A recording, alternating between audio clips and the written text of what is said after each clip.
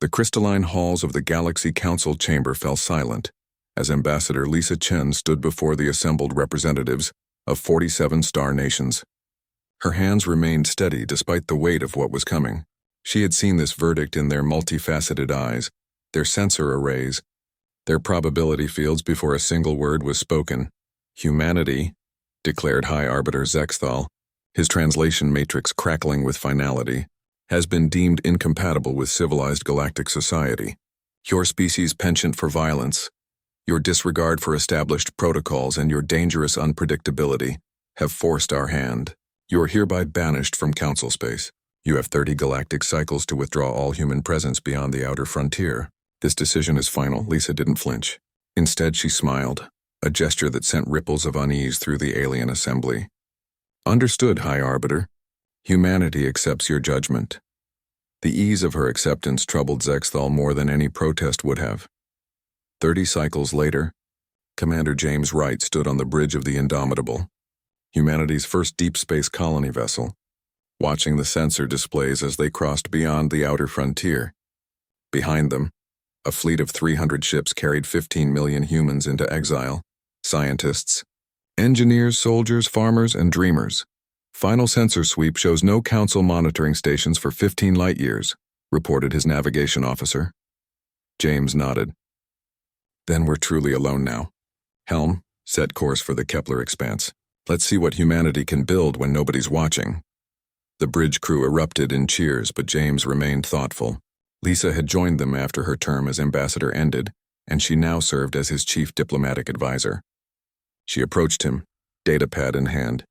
The Council thinks they've solved their human problem, she said quietly. They have no idea what they've unleashed. Oh? James, they've given us something no human civilization has ever had.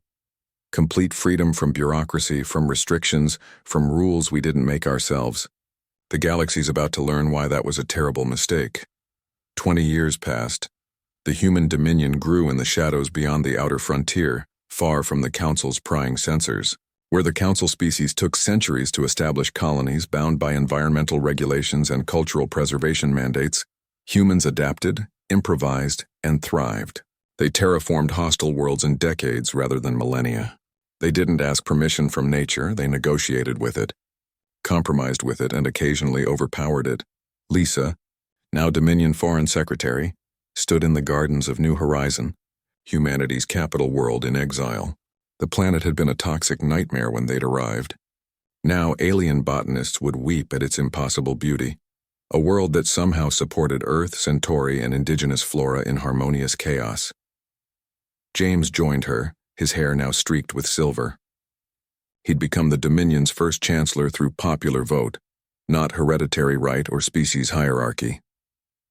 The Council has a problem, Lisa said, pulling up a holographic display. The Krillian horde has pushed past their defensive lines in the Sagittarius Arm. They're requesting assistance from any available military forces. They banished us.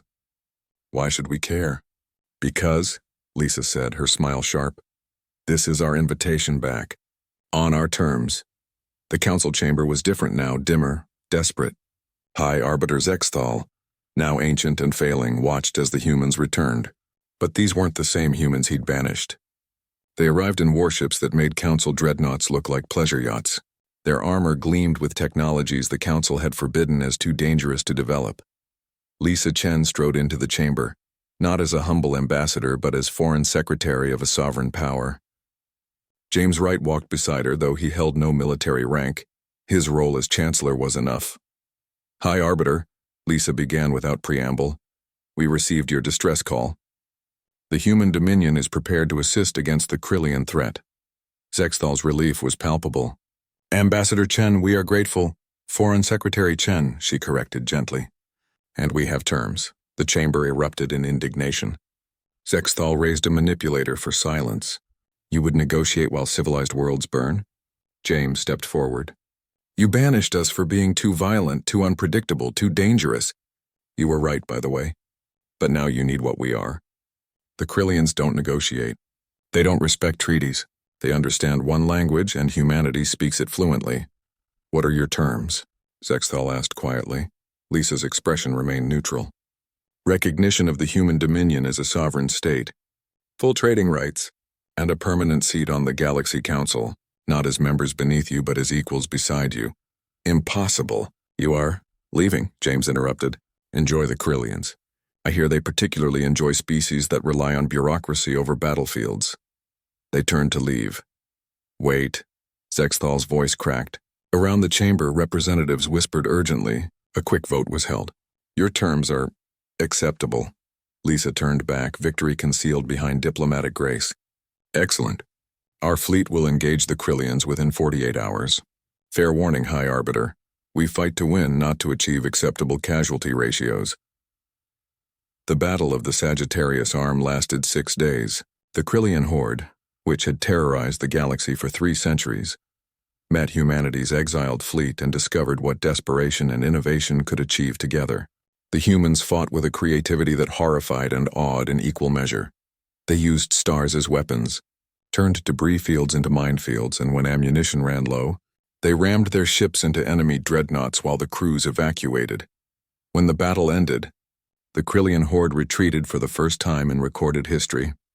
In the council chamber, now hosting its first session with humanity as full members, High Arbiter Zexthal addressed the assembly. Perhaps we were wrong to banish them. Perhaps we needed humans precisely because of what they are. Not despite it.